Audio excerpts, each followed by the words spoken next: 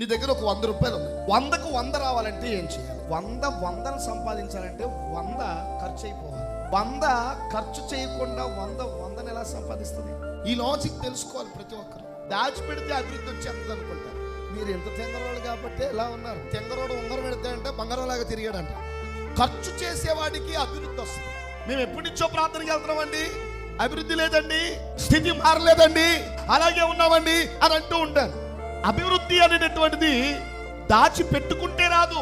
దేవుని యొద్దకు వచ్చేవాడు కూడా దేవుని వంటి మనస్సును అలవర్చుకున్నప్పుడే దేవుని యొద్ద ఉన్నటువంటి దీవెన ఆ మనిషి యొక్క కుటుంబంలోకి వస్తుంది. అందుకేనేమో దేవుడు ఎన్నుకున్న ప్రజలు కూడా ఇచ్చే విషయంలో వాళ్ళకు వాళ్ళే సాటి అని రుజువు చేసుకున్నారు. నువ్వు ప్రార్థన మొదలు పెట్టిన దగ్గర నుంచి ఈ రోజు వరకు దేవుణ్ణి అడగని రోజు ఉందా నీ జీవితంలో? రోజు అడుగుతాను. నీకు అడిగే మనసు ఉన్నప్పుడు ఇచ్చే మనసు ఉండాలి.